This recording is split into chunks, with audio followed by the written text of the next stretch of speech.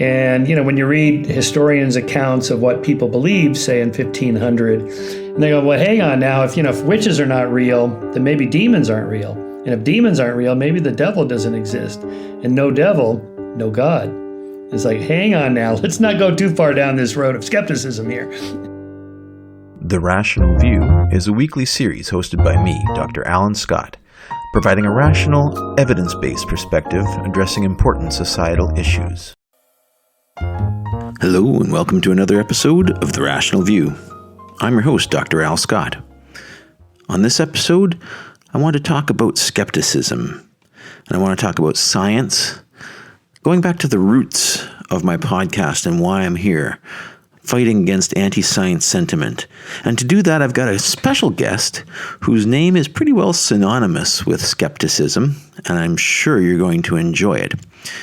If you do enjoy it, please share it with your friends, spread it around, hit like, and send me a comment. Join my Facebook group. Before we get started, I want to have a shout out to a patron sponsor. Terrestrial Energy has joined The Rational View as a Frodo level sponsor. So thank you very much for your help. The Rational View could not exist without the help of sponsors to spread the word and advertise and make sure that science is front and center of public policy. Dr. Michael Shermer received his BA in psychology from Pepperdine University, MA in experimental psychology from California State University, Fullerton, and his Ph.D. in the history of science from Claremont Graduate University. He's been a college professor since 1979. Dr. Shermer is the founding publisher of Skeptic magazine, the host of the podcast The Michael Shermer Show, and a presidential fellow at Chapman University where he teaches Skepticism 101. For 18 years, he was a monthly columnist for Scientific American. Dr. Shermer is the author of several New York Times bestsellers and has appeared on Oprah, Dateline, 2020, and The Colbert Report. His 2 TED Talks were voted in the top 100. He's been interviewed in countless documentaries and was the co-host of the Family Channel television series Exploring the Unknown. Neil deGrasse Tyson has called him a beacon of reason in an ocean of irrationality. Dr. Shermer, welcome to The Rational View. Oh, thanks for having me. Thank you so much for coming on. I'm honored that you've decided to grace us with your presence. Your CV is very impressive. Oh, well, thanks. Yeah, well, that's what happens when you accumulate. I don't know, let's see, I'm 67 now, and I became kind of intellectually active at around age 17, so that's plenty of time. Yeah, it's an amazing CV. Can you tell me a little bit about your background? You went to a Christian college, but you're now an atheist. What was your path like to get to where you are? Oh, yeah. Well, I've written a fair amount about this in my book, The Believing Brain. I have a whole chapter about that and hints in a few other places. I wasn't raised religious. My parents were secular, although not actively secular. They just never gave it much thought, I think, like most people that came of age in the Depression and fought in World War II and so on. They never went to college. They never thought about these big issues, or if they did, they never talked to me about it.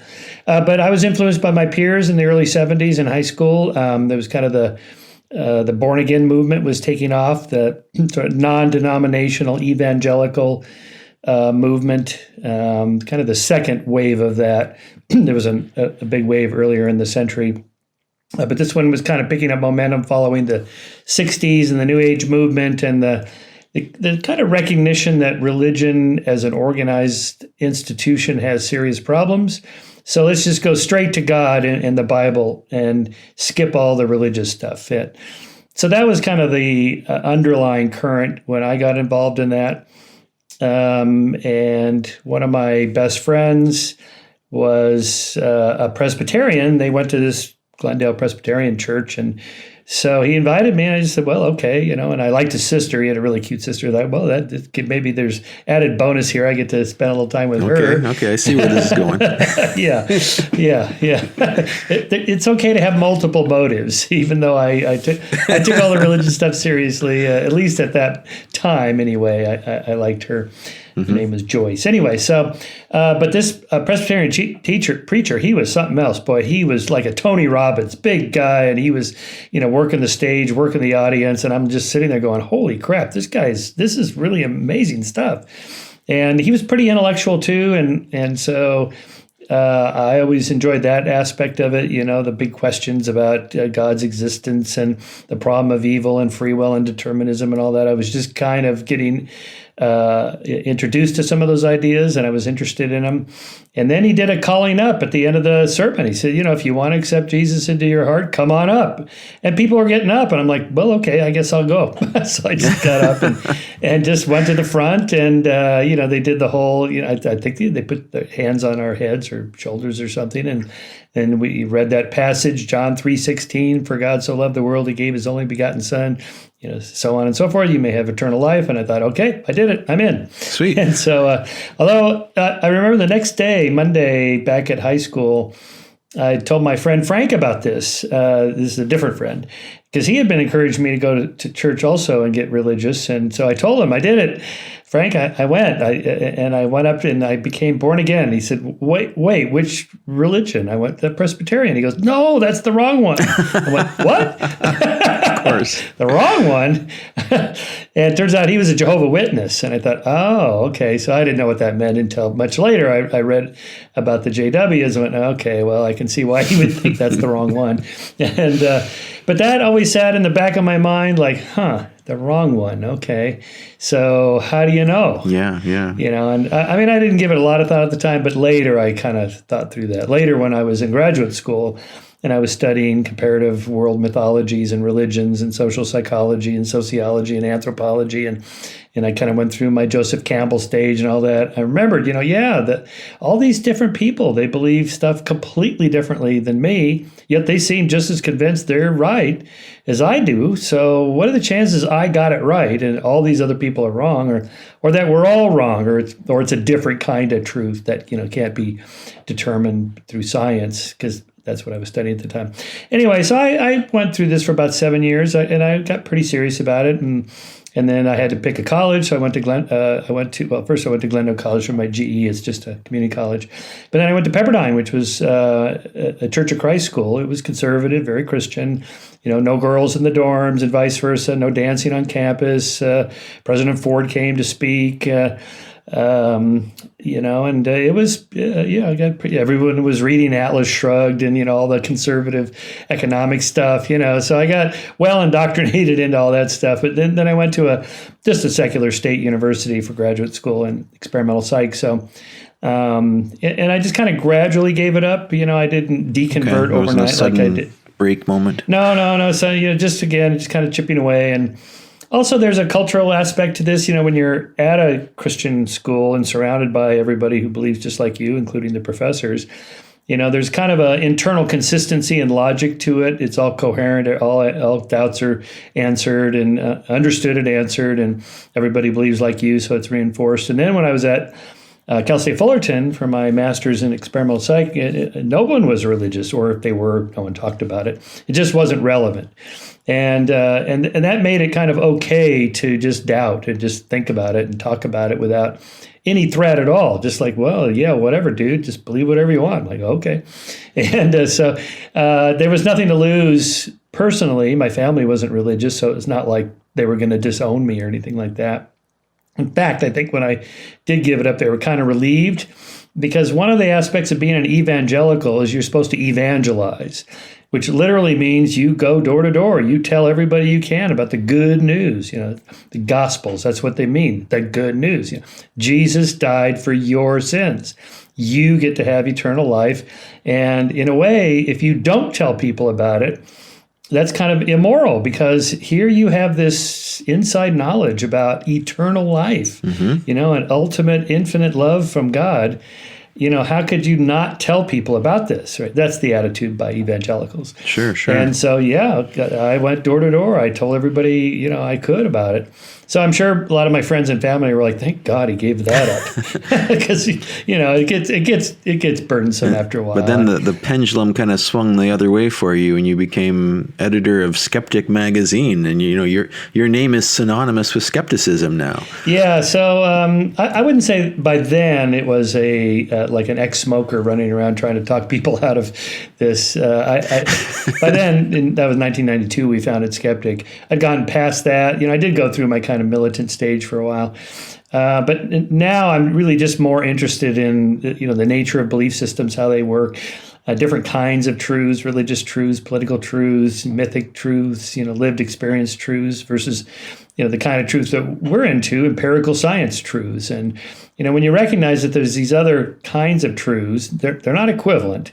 But they go a long way to explaining why people hold beliefs. And I'm more interested now in just that latter question. Why is it people believe this kind of stuff? I'm starting to get into that, and I've been motivated to create this podcast through encountering forces of anti-science mainly, and trying to get the scientific rational view out there, thus the name. And the forces of anti-science like to highlight that, scientific thinking is often overthrown, there's revolutions, we're always wrong, and then they proceed to kind of throw the whole enterprise out with that realization. There's been the recent reproducibility crisis in the social sciences that kind of plays into this mindset. My impression of science is that it gets asymptotically closer to what the universe really does, to better predicting what's happening next in the universe, and while also becoming more general, being paired away with Occam's razor, taking away unnecessary variables, getting down to the most general statement you can. And the scientific revolutions, as I understand them, typically retain the old understandings as a special case. It's not saying that it was wrong, it's just it was incomplete. How would you characterize the practice and advancement of science? Yeah, I used to use that asymptotic approach to the truth, and there's still something to it in the large scale scheme of things. Let's say over the last 500 years, we're getting to a closer understanding of truth, about the true nature of reality, that is, as long as we use the word with a small t, truth, no capital T truths in science. But it's a lot messier than that. I mean, even in the kind of the simpler world of the physical sciences, where it seems like empirical experiments settle issues once and for all. Galileo dropping the two different sized balls off the Tower of Pisa, which probably never happened, but even if he did, he at least did something like that in both thought experiments and rolling balls down planes, or the kind of Newtonian worldview, and then Einstein overthrowing that, or not overthrowing it, really just building on it. But just take the case of the Eddington eclipse experiments, which allegedly confirmed Einstein to be correct in a kind of Popperian way, like we're going to try to falsify this and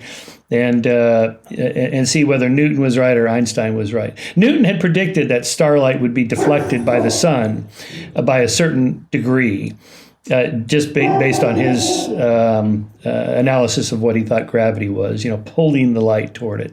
And Einstein said, no, it's not a pulling force, it's the bending of space-time by a large object. And so the light would fall closer in because of the distortion of space-time. But they had two different estimates of how much the starlight would be deflected. So famously, Eddington set out to actually test this by looking at what the star field behind the sun at one time of the year looks like compared to another time of the year when it's dark out at that same time. You can't take a picture of the sky of the stars when the sun is out, except during an eclipse, right? Mm-hmm. So, but it turns out if you actually read that story, I mean, usually you just read it in these kind of potted biographies and histories of science. It just says, well, in 1919, Eddington went and did this, confirmed it. And so Einstein became world famous after that. And he did. 1920, he was, as famous as Charlie Chaplin. And rolling with the big stars of the time and so on. But in fact, there were two expeditions, and Eddington's was one, and there was this other one in South America. And that trip in South America had two different telescopes. And those two telescopes, one got inconclusive readings because the mirror was distorted because of the heat or something like that. Mm-hmm. And then the other one got measurements closer to Newton's prediction rather than Einstein's prediction. And Eddington got Einstein's predictions. So who was right? Well, really, this was not settled. But Eddington kind of railroaded over the other two guys and said, nah, mine's probably right. And those guys just got it wrong because of their distorted lenses and whatnot. Mirrors. And so he kind of took the day at the time, not by empirical truth, but just like he had higher status. He was very confident he got it right, and the other data was simply wrong.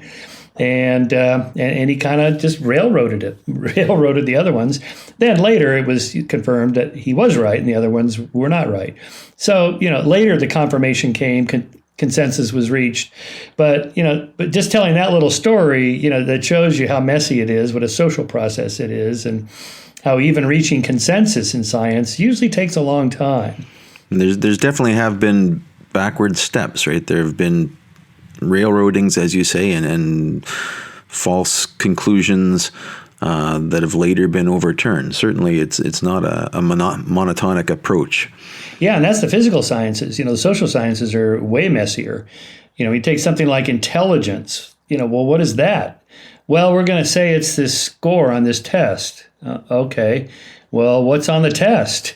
And is that really measuring what you think it's measuring? Does it have content validity? Is it reliable? Do you get the same measurements? Well, this field is a century old now, and it's pretty well established, but there's still a sense that there's something like an IQ score in your head somewhere, the equivalent of whatever would generate that, this G, small g, intelligence, general intelligence. Well, maybe, yes, some evidence for that, but, we tend to then reify the score as something not just representing intelligence, but like your potential for success in life and so on. And there it gets much messier. Well, what do you mean by success in life? Yeah. Is that income? Is that longevity? Is it social status? What happy marriage? What are we talking about here? And because there's data showing that the smarter people make more money. Well, is that because they're smart? Is it because they had smarter parents and the parents nurtured them through their environment? They read more books to them. They got tutors. They sent them to better schools. That's culture. Mm-hmm. So it's all wrapped up in nature nurture stuff. And my point here is that getting closer to what actual intelligence is. Yes, kind of generally we're moving in that direction, but it's a super messy up and down process. You also get this dichotomy. Many in the physical sciences would say that the social sciences lack rigor. They don't see it as a hard science. And I think a lot of that is the statistical basis of physical sciences as a much higher standard for publishing a result as true. You need to be 5 sigma on a particle physics experiment before you've discovered a new particle. In the social sciences, you just need 95% confidence, like a 1 in 20 kind of thing. And I think because of that, John Ioannidis published a paper in 2005 titled "Why Most Published Research Findings Are False." Basically, it's a selection, right? Yeah, yes, yeah. So higher standards, of course, but not just that. Also, more replication is needed. And, more corroboration and more competition between social scientists trying to study these things. And, that's part of the problem. Also announcing ahead of time what it is exactly you're going to study and which tests you're going to run. And you have to publish the results of all of them. Like Daryl Bem famously, ran 9 different experiments on that ESP test where he allegedly found backward causality.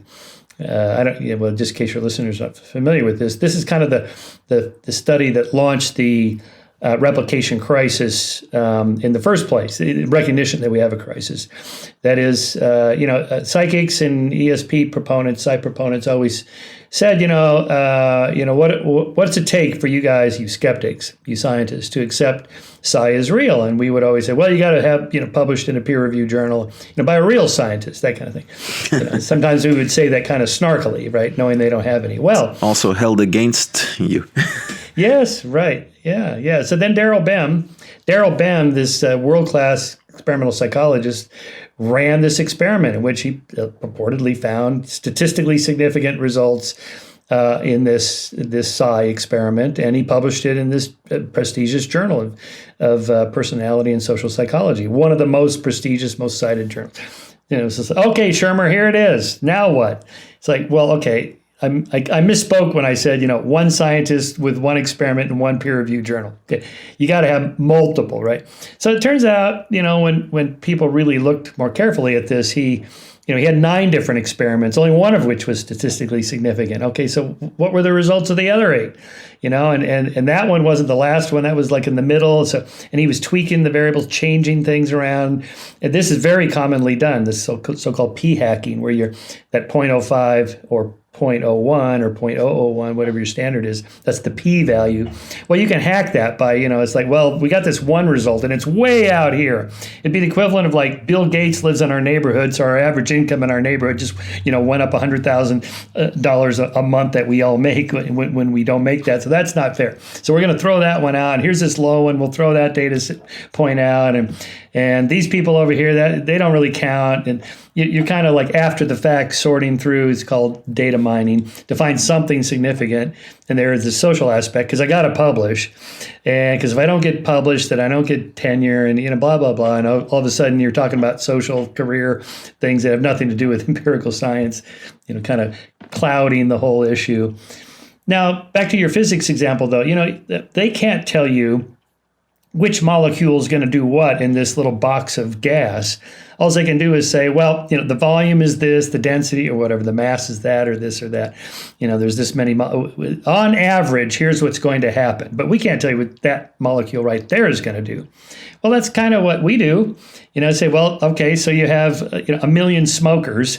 And so we're going to look at the ones that, that smoke this much and this much and this much. And then you have the non-smokers. And then we're going to control for their diet, their exercise, and where they live, and all these other variables that could confound how long they live or whatever it is you're trying to measure. Now, I can't tell you, you personally, you could smoke a pack a day and live to be 100. That's entirely possible. There are examples of this.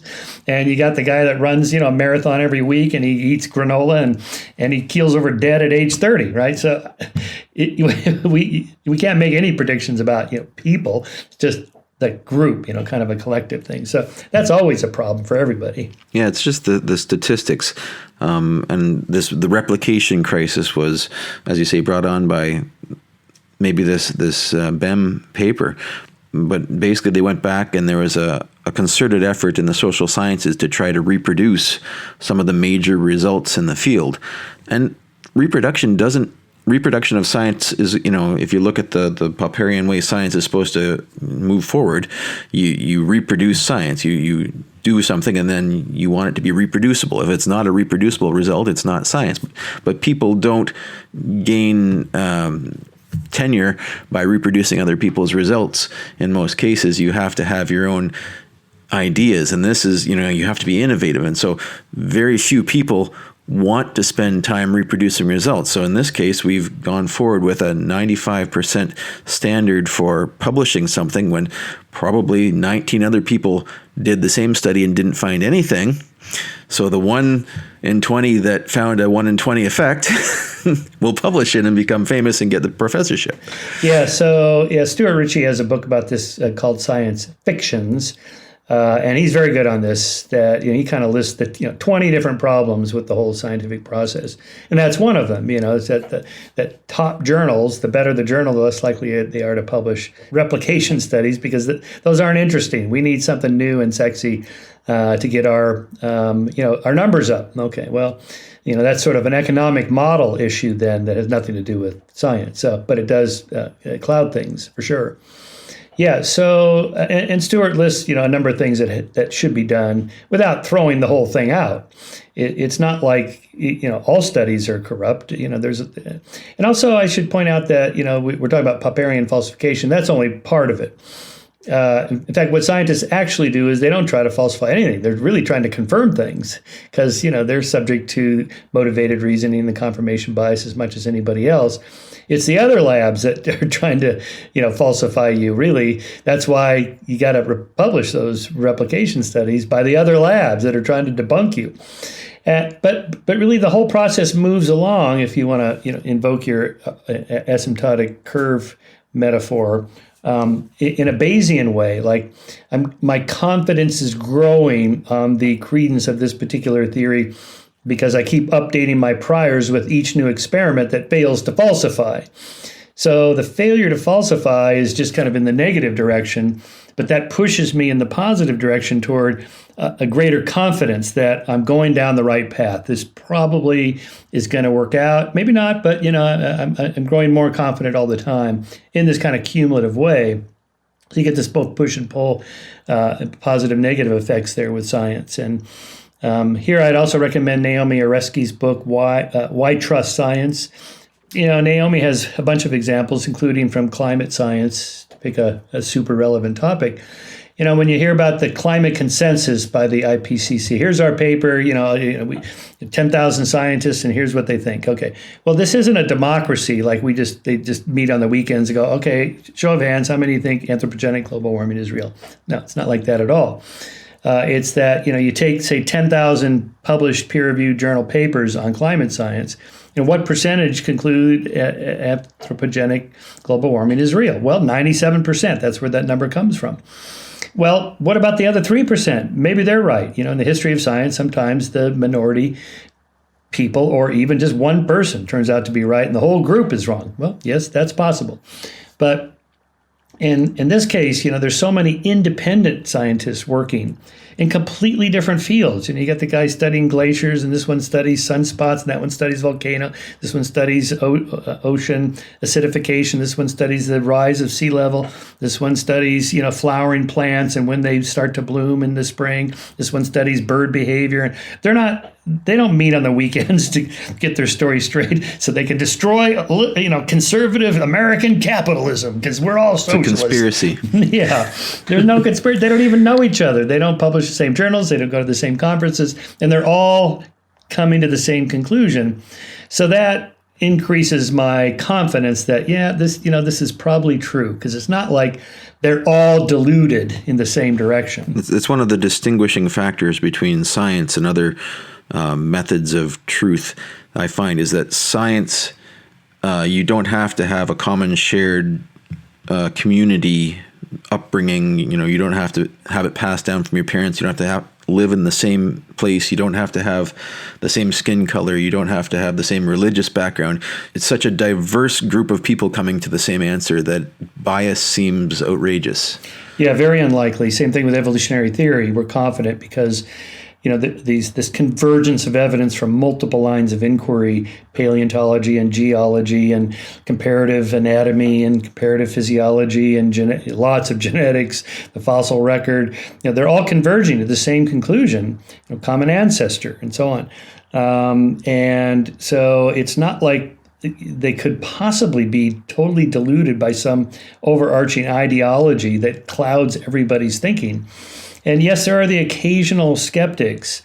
They're almost always turns out to be, they're Christian conservatives, or they have some motive there. Intelligent design creation is the latest version from old age versus young age creationism, and so on. There's occasional real scientists that has no religious motive, but they're very rare, and they're usually outside of the field. Like when Fred Hoyle, the cosmologist, who promoted the steady state theory in contrast with the Big Bang theory, he famously did some calculations and showed that evolution would be the equivalent of a jumbo jet, all the parts of a jumbo jet in a big warehouse coming together to form the perfect jump by chance. And of course, people like Dawkins just destroyed this argument. It's not random. It's cumulative selection, and this just comes from ignorance. Just that he didn't know what he was talking about. And so you have to have some knowledge of the field. He actually coined the term Big Bang as a derogatory term for the expanding universe. Right. Postulate. Yeah, that's it all right. just came out to the Big Bang. Yeah, well, it turns out that was true, even though he didn't mean it. Yeah. So, anti-science sentiment seems to be everywhere and growing. One of the reasons I started this podcast is I felt like I've been losing the battle, coming from the space age and man on the moon, and I feel like we're going backwards in a lot of ways. Nuclear power in the 70s, and now we're back to sticks and rocks and wind. Skepticism has a bad name in society right now. A large fraction of the populace are taught to value faith as a core tenet. Obviously, as a religious, a large portion of the populace is religious, and faith is held up. Don't question. Faith is a value that you should have. And scientists are painted in a bad light because they, quote, don't believe in anything. How did we get such a bad name, and how do we fix it? Yeah, well, a couple of things there. I think on the plus side of things, most people are not anti-science, even those who we call anti-science because they deny global warming, say. It's almost always just one particular hot button issue that bugs them. In the case of climate sciences, conservatives who hold kind of free market economic policy, libertarian economic policy, and they feel like this is going to be a curb on economic growth and so on. Nothing to do with the science. It's just like, oh my God, if this is true, then the libtards are going to pass all this legislation and ruin our economy, right? But they go to doctors, they fly in planes, they accept the germ theory of disease, and so on, and so it's not just anti-science across the board. Almost everybody has a particular hot button issue. Christians with evolution, say. Only certain denominations, by the way. Most other religions have come around to accepting evolution, including Catholics. So it's usually just focused on one thing. So there we can target that one thing and get them to accept the science without having to give up their core belief, because they're not going to give that up. So the example I use, if you give somebody a Christian who's worried about evolution, if you make them choose between Darwin and Jesus, they're not picking the Down of Sage. They're not picking the English naturalist. He's out, right? Because he doesn't offer eternal life. So you just have to take that off the table. Look, this evolutionary biology has nothing to do with religion, faith, nothing like that. Yeah, and here, read Francis Collins' book, The Language of God. He's a staunch defender of evolutionary theory. He's almost as articulate as Richard Dawkins, not quite, because nobody is, but he's good. It's a staunch defense of evolutionary theory, mainly through genetics. He was the head of the Human Genome Project. His credentials are pretty good, and he's an evangelical Christian. So there, I use the kind of team politics angle. He's on your team. He's a major player on your team. He's head of the National Institutes of Health. He's a major figure, and he totally accepts evolution. And that always gives people a start, like, oh, all right. So I guess I can accept the science without giving up my Christian beliefs. Yes, you can. Okay. Well, I'll take another look at that, right? And you have to do that. Yeah, there's a statement out there called Voices for Evolution. And I think most major religions are coming out in favor of scientific descriptions of origins as being fine and not contradictory with their faith. Yes, that's right. So Francis has an organization called BioLogos, which is theistic evolution is their approach. So it's kind of a God-directed evolution. In other words, they accept all aspects of evolution, except maybe the moral values come from evolution. I think they don't accept that. Although a lot of liberal, left-leaning evolutionary biologists don't accept that either. They feel it's entirely cultural. That's a separate issue. But for the someone like Francis Collins, the whole thing is directed from on top.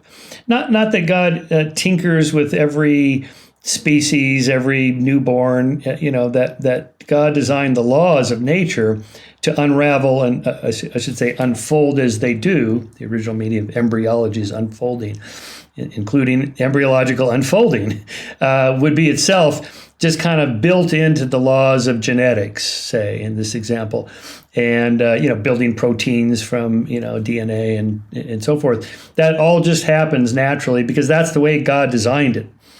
So therefore, you don't have to give up anything. And Darwin made a similar argument in the second edition of The Origin of Species. He addressed the challenge to theism claims made against him, saying, I don't see why everybody's upset about this.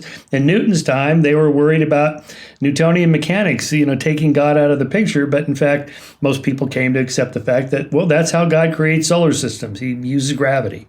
Oh, okay. You don't need angels to push the planets around in their orbits anymore. That's right. Yeah. The whole system just runs itself, the mechanical clockwork. And maybe that's how God is the diversity of life. He used natural selection and sexual selection. Oh, okay. So that is a clever strategy. I mean, Darwin didn't believe that, but that's a strategy you could use. And it's not anti-science to think that. It's just, it's a different level of analysis. It has nothing to do with science. I think that there seems to be in society a huge resurgence in magical thinking, though. I mean, it's not that necessarily people are anti-science. Maybe they just don't think of it. But I mean, back in the mid-20th century, science was trusted and superstitious woo was generally dismissed, in my opinion. I mean, my anecdote for this is Scooby-Doo. If you ever watch Scooby-Doo, the cartoon, I love that cartoon as a child. And then they always unmasked the villain. It was always someone who had a reason to be dressing up as a ghost. Well, then I watched it. They had a reboot, and my kids were watching it, and there was real ghosts. Really? And no, Scooby! Yeah, there were real superstitious stuff going on, and ghosts, and oh no, I'm so sorry to hear that. The heck, they've ruined it. Well, maybe, who knows? I mean, whoever the writers are, maybe they got swept up by some new age movement or something. I don't know. The trend lines, the polling data is very inconsistent about this. That is to say, since like the 60s, are paranormal beliefs going up or down? Well, it depends on which poll you're looking at and which claim is being analyzed. Some go up, some go down. And so we have the Skeptic Research Center now that we're funding, and have a couple of my ex-graduate students, now professors, running this. And we're launching this year in 2021 a big study on this, try to figure out what is exactly people believe, because it's hard to say, because it also depends very much on the wording that you use, to what extent people believe it. If you say, is it possible that there could be something to this claim? The average person will go, yeah, I guess I'll tick that box. Versus, do you think this is exactly what happened? Well, no. So the wording very much determines what you're going to capture there. Aside from, is it a statistically random sample from the population? Is your N large enough to be representative, and so on and so forth? Of course, you do all that. That's expensive to do, by the way. I'm spending something like, not me, the skeptics, about I think it was like $30,000 to conduct a really good study on this.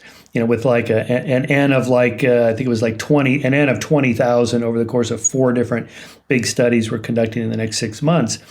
And there's another pressure on how science is done. It just takes money to really do it right. You got to make sure that you're getting you got to run some trial studies of the questions. In my mind, when I ask, do you think QAnon is real? Say, for example, is the person reading it, are they thinking the same thing I'm thinking? Because maybe they're not thinking that. Maybe they're thinking something completely different. I can't get in their head, right? So polling, self-report data is always problematic in the social sciences. So you have to run these trials to make sure that the content validity is there, that you're really actually measuring what you think you're measuring. Another complexity of the social sciences. So this is one of the reasons they only use 95% as their standard rather than 99.9999. Yeah. It's easy to pull electrons and much cheaper. But to your larger question, it's not true that things are getting worse. It's just not clear whether they're getting better or worse. We just don't know. Well, that's heartening. And again, it gets bumped around also by pop culture things like, exorcisms were pretty big after The Exorcist, and belief in demons and that kind of stuff. And then that kind of went away for a while. And then other things popped up depending on, what was popular in films and things like that, or how many people watch Scooby-Doo. All that matters. Conspiracy theories come and go. I mean, the JFK was the mother of all conspiracy theories until 9/11. And then 9/11 was bumped off the stage by the birthers, and then the birthers were bumped off the stage by QAnon and the rigged election stuff. And so that kind of comes and goes. So it's hard to say with long-term trends. We could look historically, say the last 500 years, and when you read historians' accounts of what people believed, say in 1500, it was pretty superstitious. Almost pretty much everybody believed, of course, in God, but not just God and demons, and not just demons, but witches. And there was even a scholarly discussion about this. If demons are not real, here was the sequence. If witches are not real, because there was some pushback, like, this thing about women flying in brooms, what? Maybe this is all bullshit. And they go, well, hang on now. If witches are not real, then maybe demons aren't real. And if demons aren't real, maybe the devil doesn't exist. And no devil, no God. It's like, hang on now. Let's not go too far down this road of skepticism here. It's a slippery slope. Even then, because pretty much everybody believed that, like plagues and pandemics, storms, accidents, tsunamis, earthquakes, all of it, particularly kind of accidents and bad things that happen to people or villages and communities, were somehow connected to supernatural forces. Again, gods or demons or, who knows what, witches. Witches is a causal theory. This is what we think caused it, and evidence was, we saw, Pastor Goody's daughter, cavorting in the middle of the night. She was doing something weird. I think it must have been the demons. And then I heard they saw the demon, and then pretty soon you got a witch craze going. That was evidence then. And of course we know better now, but we only know better because of, the scientific method evolving. True. True. And the whole thing is designed to get around this human propensity of motivated reasoning, confirmation bias, all that. Most people, I don't think, have the time or the expertise to properly assess scientific or anti-scientific claims. People are struggling these days. They're working longer hours with less free time. They're basically stuck following their leaders and their social leaders. And I think, 99% of the opposition is just these leaders leading people astray. And people get entrained in this, and you need to break them out somehow. Yeah, let's think about that for a second, because in fact, that's always been true. None of us have the capacity or resources to check claims. Maybe get 60 Minutes has a team of fact checkers to check a story before I watch it Sunday night at 7. But people are always like, "Hey, you should do an investigation of the rigged election." I'm like, CBS, ABC, NBC, they're spending millions of dollars on these investigations. What am I going to do? I'm just one little guy. I got two researchers, one quarterly magazine. I'm relying on institutions like the mainstream media, the reliable ones like 60 Minutes, say. Or if, I come across a theory of quantum consciousness, and because of the spooky action of this, the double slit experiment, blah, I'm like, what do I know about quantum physics? Buzzword. Nothing. So I call my quantum physics friends and go, okay, what's the story with this double slit experiment? Does this imply there's multiple universes? Does this imply that, something like consciousness, the observation of the quantum field, changes it? So the mind, is that what? No, Shermer, here's what it actually means. Oh, okay. So here, now this isn't faith. I'm not turning to my friends at Caltech or whatever as if they're my preacher, the guru. It's that I have confidence that the scientific process works, and that those guys at Caltech are in competition with those people at MIT and so on. And if somebody was bullshitting, they'd call bullshit on each other. And so by the time I get it, I'm reasonably confident that it's been sorted out by the professionals that work in there. And that's true for all fields. You mentioned the competition. I was listening to some of your other work. The competitive nature of science makes it self-correcting. But on the other hand, society seems to idolize competition a little too much. You get nationalism, you get tribalism. What's the proper balance between competition and cooperation? I think we do too much competition and idolize it, right? Shouldn't we cooperate more? Yes, well, that's interesting. Some of that does happen, I suppose. National physics, say, like the Eddington thing, back to the eclipse experiment.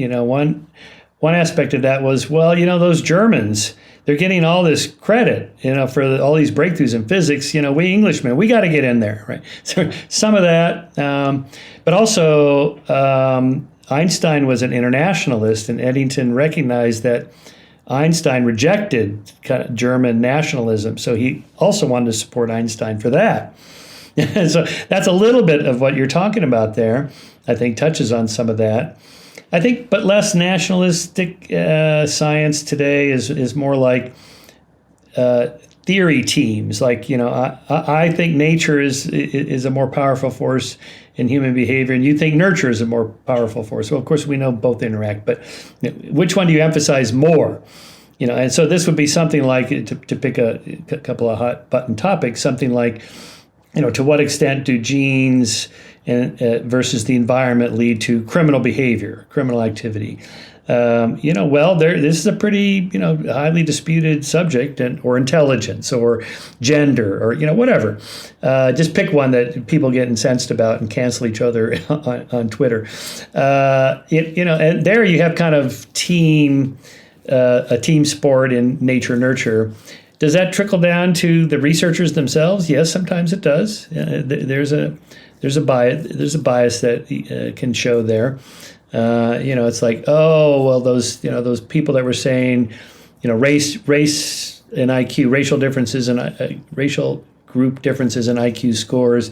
Well, look at the guys who were saying that. There are these eugenicists, these kind of racist bigots. That would be an example of your not national, but this kind of tribal influence on scientific results, where this group versus that group. And this goes on in almost all fields, in linguistics and, archaeology, like anthropology. The anthropology wars in the 1990s got so bad that the cultural anthropologists and the biological anthropologists were so divided that they split into different buildings on some campuses, like at Stanford. They had two different departments, different heads of departments, different budgets. They didn't talk to each other, apparently, I'm told. Wow. And so on. They're just so divided over, culture versus biology. And then it got worse because the biological anthropologists felt, well, we're doing the real science. We're doing hard science. We're doing genetics and fossils and pollen seeds, and we got real data. And those cultural anthropologists, there's kind of a new age 1960s woo-woo stuff. How does it feel to be in this culture? And of course, the animists went the other direction as well. Mm-hmm. And that would be an example of what you're talking about.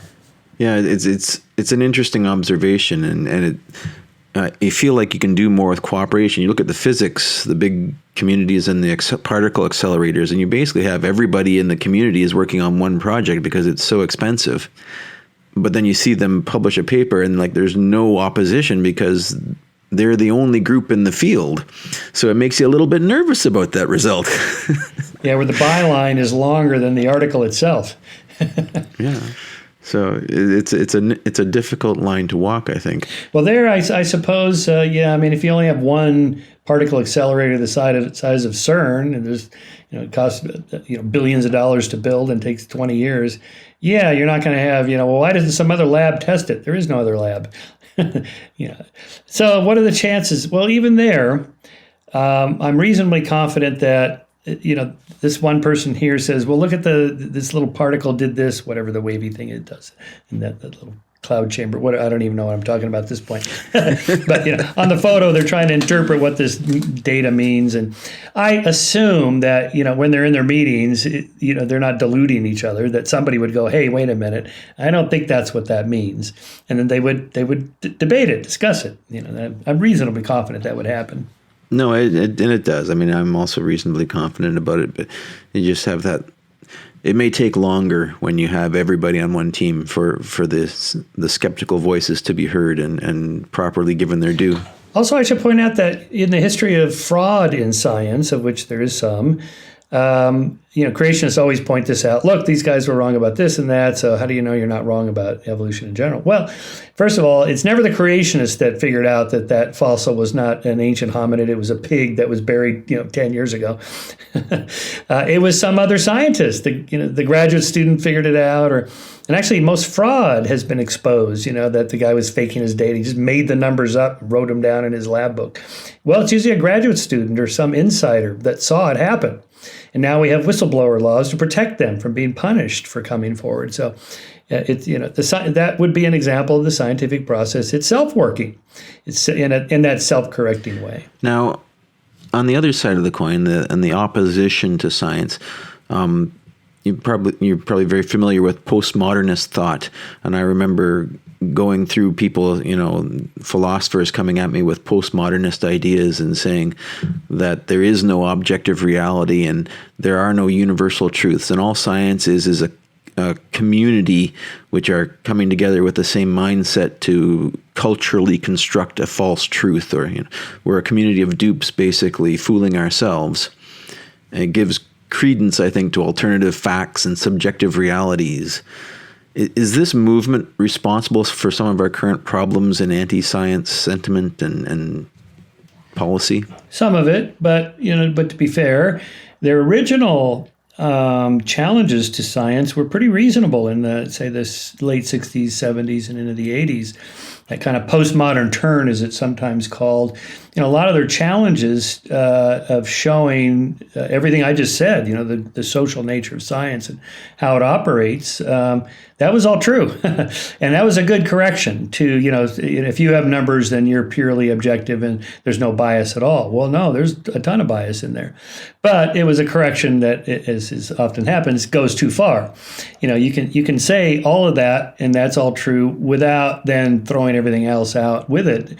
In as much as we don't have to say, therefore, there is no objective reality, and we can never say anything confident about it. Yes, we can. First of all, we have to assume there's a reality out there. We can't. If you go down the road, the other road, you're going to end up at solicism, and you're like, Descartes in his chamber by himself, just having a thought experiment. What if this is all fake and I'm the only one, who's conscious, and maybe I'm not even conscious. And then he realizes, well, wait a minute, then who's asking that question? Well, there's got to be a brain, and and then if I exist, well, then probably other brains exist asking similar questions, and then from there you can build a worldview that includes a real world with other people that are really there. There's like these philosophical thought experiments. Does my red look like your red? As if the homunculus in my head could leap over into your skull and look at the Cartesian theater in your head to see if the red looks like my red. Okay, this is ridiculous. Just apply the Copernican principle. I'm not special.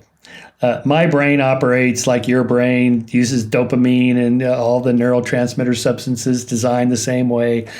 So if you're feeling pain and I see the signals on your face that look like what I feel when I feel pain, you probably feel what I feel. Okay, that's a reasonable assumption.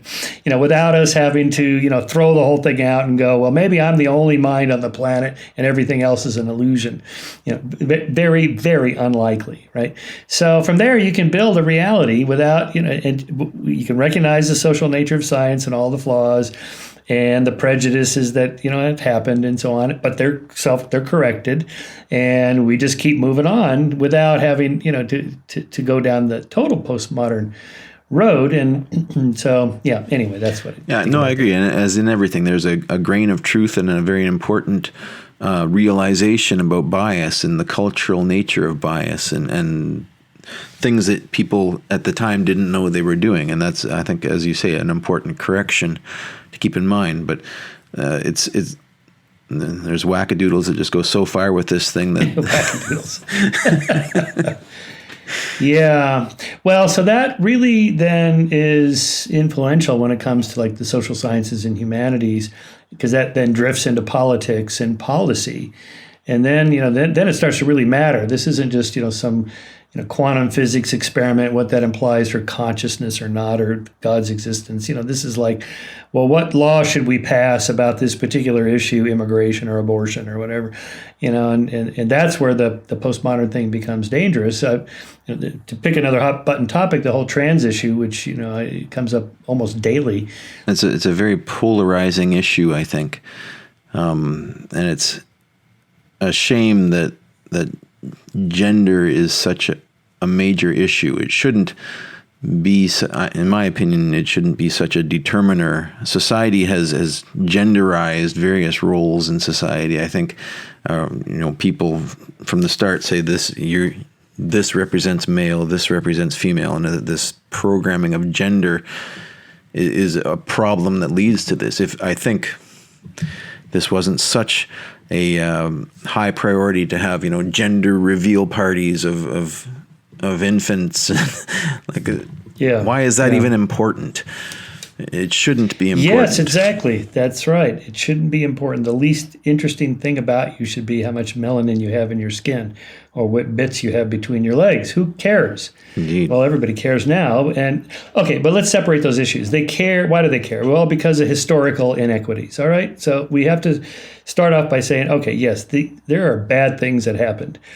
Prejudicial actions that restrain the freedom and liberties and autonomy of people in the past. Let's put that on the table and say, yes, this happened, this was bad, and we should do something about it. Well, guess what? We have been doing something about it. That's why I wrote, the moral arc, right? This, for centuries, we've been making progress.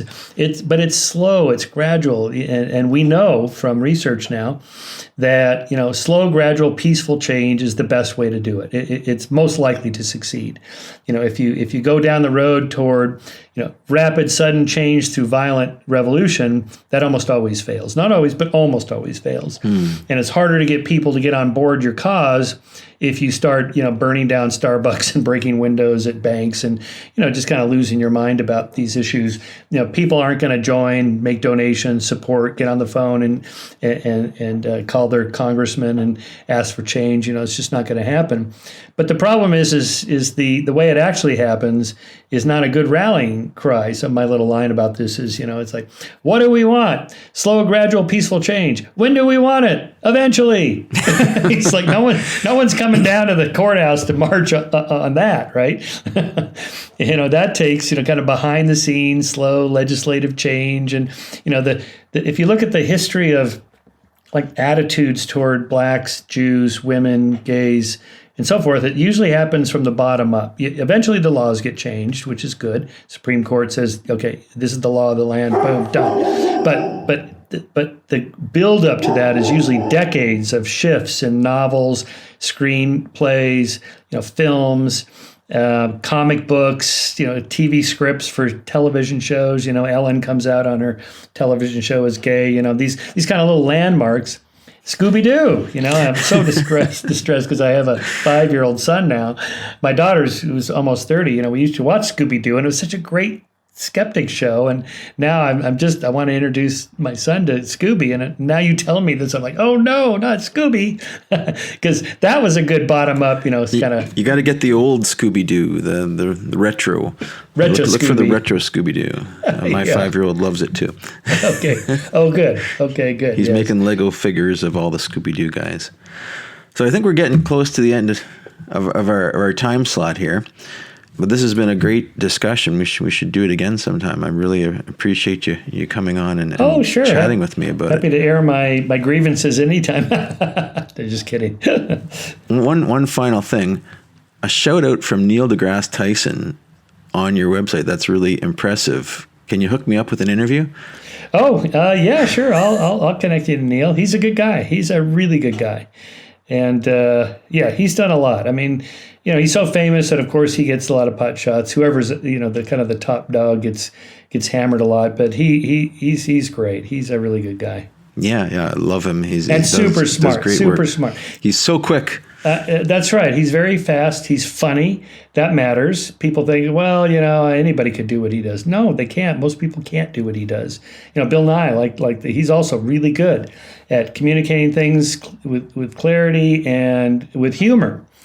And, that's hard to do. You think, oh, I could do that. No, it's like people that watch American Idol. Oh, I could get up there and sing. No, you probably can't. And just ask your friends, all right, before you try it. These things are hard to do. And, Neil's a really smart guy. He really understands the science behind it that he's explaining. So, yeah, it's a rare gift. Indeed. Well, thank you so much for coming on The Rational View. I appreciate it. All right. Keep being rational. Let's all do that.